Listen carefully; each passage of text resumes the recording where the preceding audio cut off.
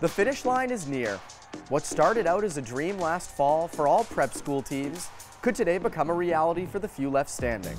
So, let the games begin and find out which are the best teams in the NEPSAC.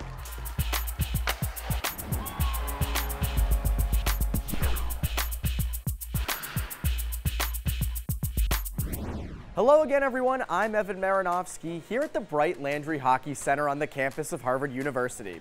The long prep school hockey season comes to an end today, and when the day is done, 6 teams will leave the ice with trophy in hand. 3 games for the boys and 3 for the girls that decide who earns bragging rights in their respective divisions. The boys' title games are here at Harvard. The girls are in Dedham on the campus of Noble and Greeno. We'll start with the girls. The first game in the Dorothy Howard Small School bracket is top seed Groton taking on defending small school champion New Hampton. Game 2, it's the Patsy Auden Large School title match between BB&N and Dexter Southfield. Finally, the Chuck Vernon Elite 8 title game between number 1 Nobles and number 2 Williston Northampton. We'll begin today with the small school title game between Groton and New Hampton. Groton got here after a quarterfinal bye and a semifinal win over Millbrook, while New Hampton looks to take home another small school title after their first round bye and their 6-1 semifinal win over Rivers. It's off to Nobles. Let's drop the puck. Vera Lee is off to UNH next fall, but first, the New Hampton goalie has to beware of Groton leading scorer Tina Scalise. It's a rematch of last year's small school title game that saw the Huskies beat the Zebras 3-1. Groton hopes to change things this time around, and they'll lean on Scalise to do it. The West Boylston native came in with 24 goals and was involved from the opening puck drop. At the other end, Groton senior Veronica Hadamovsky was on her game as well. Hadamovsky has been stingy all year long, a 1.28 goals against average entering this one. But the Zebras goalie couldn't stop them all. Goes for Thompson. One more. Laughlin shot, score! It's Reese Luber. 1-0 Huskies. New Hampton carried their lead into the early stages of the third period when the Zebras tied it. For Harvard Crimson, and we have a tied game. Tina Scalise, 1-1. Number 25 for Scalise, it's tied at 1, and stayed that way till the tail end of the period. 2:45 left. Huskies have it deep and they score! Junior forward Caroline Thomas with the go-ahead goal. Now 2-1 Huskies, less than 3 minutes to play. From there, Scalise and the Zebras, after pulling their goalie for an extra skater, put the heat on, but could not get the equalizer.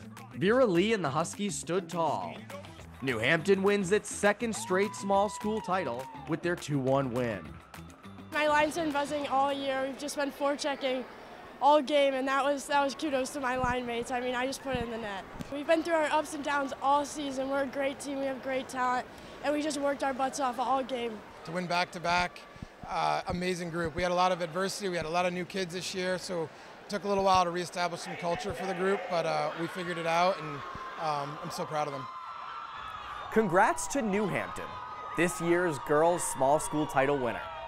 Next, Game 2 on the schedule, the large school battle between BB&N and Dexter Southfield. 4th-seeded BB&N got here after their tournament wins over number 5 Thayer and an overtime win in the semis over number 1 Choate. Number 3 Dexter is here following a quarterfinal shutout win over Phillips Exeter and their semifinal win over number 2 Westminster. 2027 grad Annabelle Aitken guards the fort for Dexter Southfield, while BB&N hopes for a team effort against the Shields. Took just 4+ minutes for the Knights to get on the board. Skating out is Kilpatrick from the corner. Chipped on and scoring is Littlewood, the backhander. Junior forward Savannah Littlewood beats Aitken from the bottom of the circle. BB&N takes a 1-0 lead. From that point, this one was all about the goaltenders. Aitken and counterpart Alexa Caron in the BB&N net were front and center, each stopping anything thrown their way, with the Knights' defense helping out Caron here, clearing a loose puck from in front just in time. To the blue line for Dunn. Fire save, Caron. O'Reilly snaps one. Save made, Aitken. Slithers over the blue line. Fires and a save, Caron. Bebo, far circle, fires, gut save, Caron. The outcome of this one is still in doubt. More when the Journal returns. New England Hockey Journal's Rinkwise podcast, hosted by Stephanie Wood and me, Evan Marinofsky, is the hockey podcast for serious hockey players and their supporters to help guide them throughout their hockey careers with interviews and insight from some of the biggest names in the game. Download Rinkwise today wherever you get your podcasts or listen at hockeyjournal.com/podcast. New England Hockey Journal is brought to you by Bando Performance, using the latest scientific research to push athletes to reach their full potential.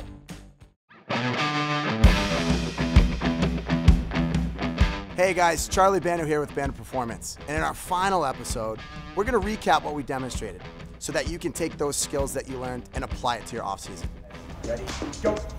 This season on New England Hockey Journal, we covered the 1080 Sprint, our portable resistance training device that uses variable resistance technology, measuring power, force, speed, and acceleration.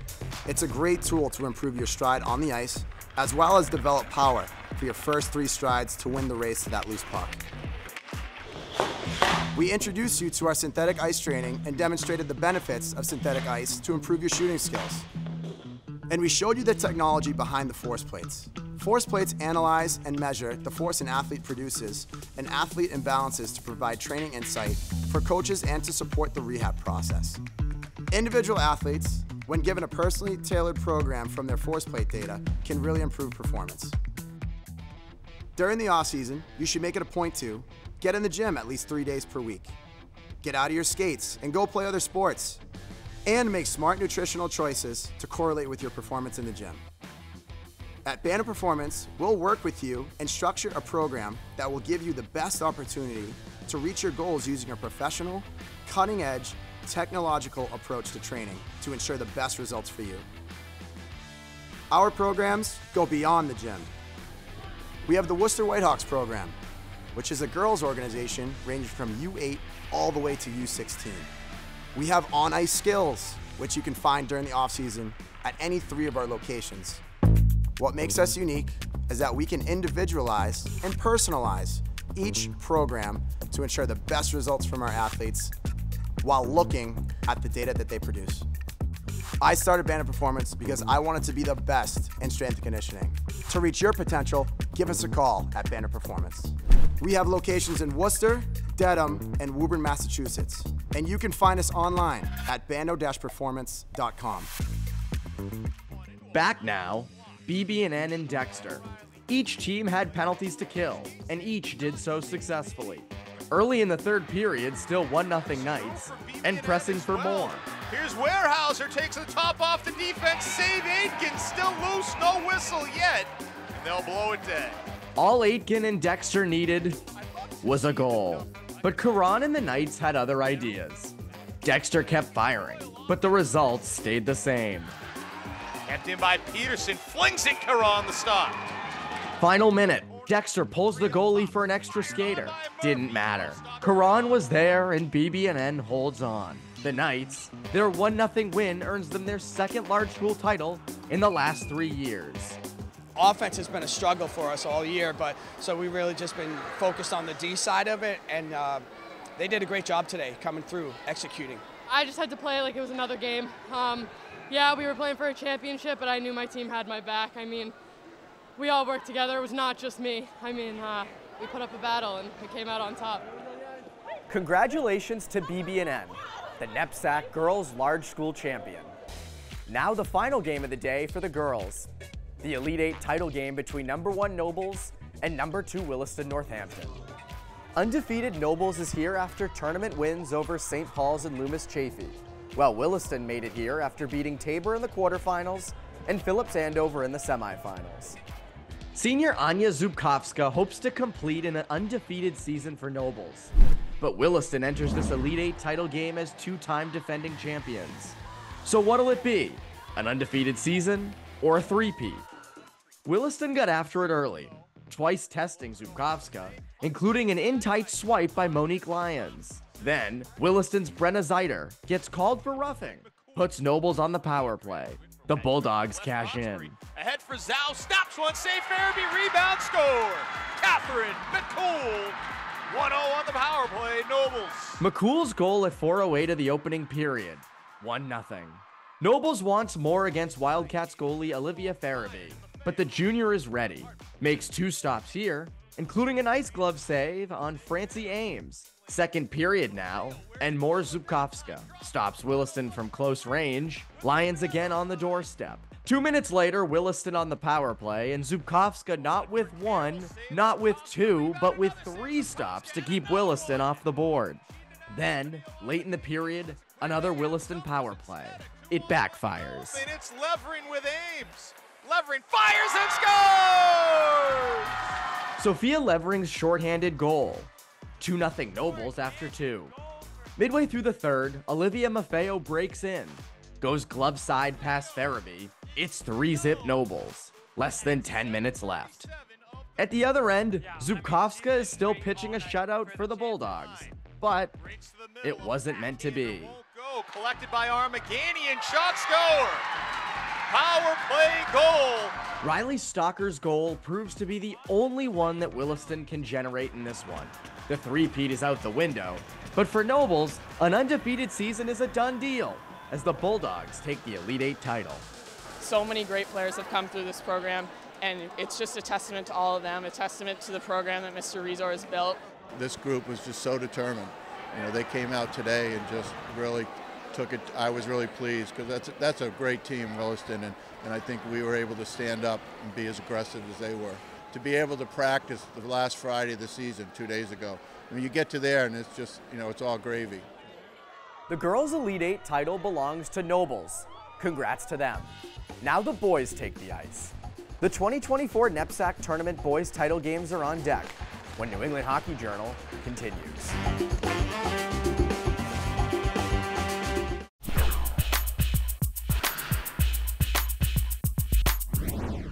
Back here on the Hockey Journal, I'm Evan Marinovsky, here at the Bright Landry Hockey Center at Harvard University.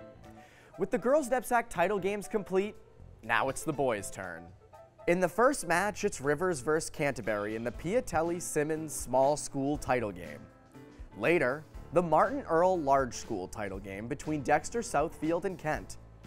Then, we wrap up the day with highlights from the Stuart Corkery Elite 8 title game between powerhouses Cushing and Kimball Union. First, the small school contest. Top-ranked Rivers is here by virtue of their tournament wins over Proctor and a shutout win in the semis over Frederick Gunn.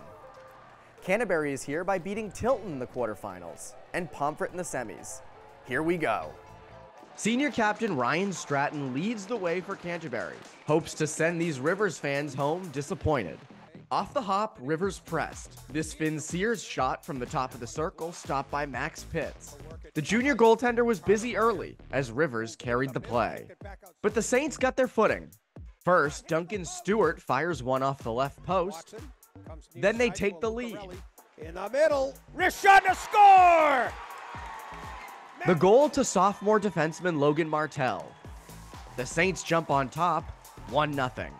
Second period now and Canterbury pressed, but nothing doing against senior goaltender Jason Delahoy, including this stop following a Rivers turnover. Early in the period, the Saints double their lead. 4 forwards out here, nice move. Shot and a score as they move the puck so well. Ryan Stratton, his 22nd goal of the season. The goal for the Canterbury captain gives his Saints a 2-0 lead. Still, mountains of time to play, and Rivers pulls within 1. Hatton went left to right, shot, score! Junior Will Hatton puts Rivers on the board at 6:49 of the period. Canterbury still leads 2-1. And Max Pitts kept it that way. Goes right to left to stone junior defenseman Darren Iverson on this 2-on-1 bid. Pitts would make 23 saves in this one. The Saints defense also played a big role, killing off a brief 5-on-3 Rivers advantage, then the rest of that Rivers power play. And in the final minute, senior Sam Chiappa finished off Rivers with this empty netter. Canterbury takes home the boys' small school title with their 3-1 win over Rivers. All these guys that chose to come to Canterbury, coming off a couple losing records, they still believed in what we were trying to do here. It means everything. I mean, we've been working at it all year. It's the best way to go out as a senior with all these guys. It's so exciting. What a difference a year makes. from a junior to a senior. And when you got 11 of them that are this good and buy into a style, this is what can happen. Congratulations to Canterbury, this year's NEPSAC Boys Small School Champions. Next, it's the boys' large school title game between Kent and Dexter Southfield. Kent, as the 5th seed, beat number 4 Deerfield and number 8 Berkshire in the tournament to get here. Berkshire knocked off top-ranked Nobles in the quarterfinals. 3rd-seeded Dexter is here after beating Belmont Hill and Phillips Andover. Kent senior Gio DeJulian hopes to lead his squad to its 3rd title in 5 seasons. Standing in the way is Cullen Emery and Dexter Southfield. First period, Dexter carried the play, testing Lions goaltender Aiden Hopewell early and often. Just past the 8-minute mark, Gio DeJulian is Kent's leading scorer. For the Cornell recruit, his 23rd goal of the year. Man games at myhockeylive.com.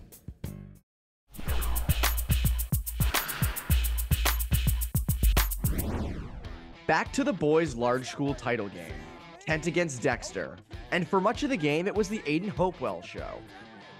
Dexter had a huge shot advantage, but Hopewell answered the call time and again. One of his best on this in-tight 3rd period bid by Nate Porter. Kent's scoring bids were few, but this play by an outstretched Jack Roberts sets up senior Owen Mahar. Kent leads 2-1 with less than 9 minutes left, but this one was not over. Plays it up top. Chance here for Dexter. Score! It's Joe! Our second, most of our seniors, this is our second one. It was great the first time, second time's even better, so. It's great to kind of see it culminate with 3 awesome games the way we played over the last couple games, just unselfish, supporting each other, kind of pulling each other through some tough battles. So it was really nice to see it all come together. We had a really good start and then some ups and downs, but really great to see this group of seniors. I mean, we've got 13 on Old Farms, while Kimball Union needed overtime wins over St. George's and Salisbury to advance. Let's drop the puck. Cushing enters the Elite 8 title game as the number 1 seed, which perhaps brings back not so great memories for the Penguins, who lost last year as the top seed to Avon Old Farms. This year, they'll lean on perhaps the best goaltender in prep hockey in Marco Billick, against a powerful Kimball Union squad who split a home-and-home series with Cushing 2 weeks prior. Both teams have firepower. KUA scored first. Turns and fires, Sadowski in front, scores! Scoring machine Jack Sadowski. His 40th goal of the season, it's 1-0 KUA. On the other end for the Wildcats, goaltender Blake McMenamin.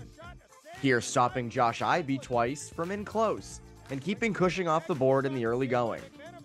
Another stop by McMenamin as Max Deneen breaks in. 2 minutes later, KUA increases their lead. Drew drops for Sadowski. Sadowski sweeps it wide, and a shot and a score! 6.5 to go in the first period. It's Corwith Simmers with the goal. Now 2-0 Wildcats. Later, Cushing's Troy Maldonado is called for a cross-check, and KUA makes them pay. Quickly back to Sadowski. Shot, score! I think Watroba might have tipped that in front. The goal to Sadowski, and KUA is in a 3-0 driver's seat. Cushing, though, would not say die. The Penguins with chances against McMenamin in the KUA goal, but just couldn't break the ice. Still 3-0 KUA. But Cushing isn't the top seed for nothing. Right in front goes Marshall, and somehow that gets in the net. The goal to Bronson Hunt, and Cushing has life. Now 3-1 KUA, and plenty of time left. Later, Cushing may have caught a break when this Sadowski bid was ruled no goal. A second look. Sadowski thought it was in. You be the judge. Cushing pressed in the 3rd period, but couldn't dent McMenamin, and a Simmers empty netter sealed the deal. Kimball Union Academy, this year's boys Elite 8 champions. Last year, we lost in the Elite 8, and one of the worst feelings ever, but bouncing back like we did this year was awesome. It's one of the best feelings ever. So happy for these guys. You know, they've worked so hard. We fought through so much this year. And we just kept coming back within games, from game to game. You know, they're just really resilient. There's some fierce competitors on this team, and everyone pulled together this year. I was really proud of them. Cushing and Paul does an amazing job, so it's a really good feeling to come out on top. 6 games today, 6 champions, as another NEPSAC hockey tournament is in the books. I'm Evan Marinofsky. See you next time on New England Hockey Journal.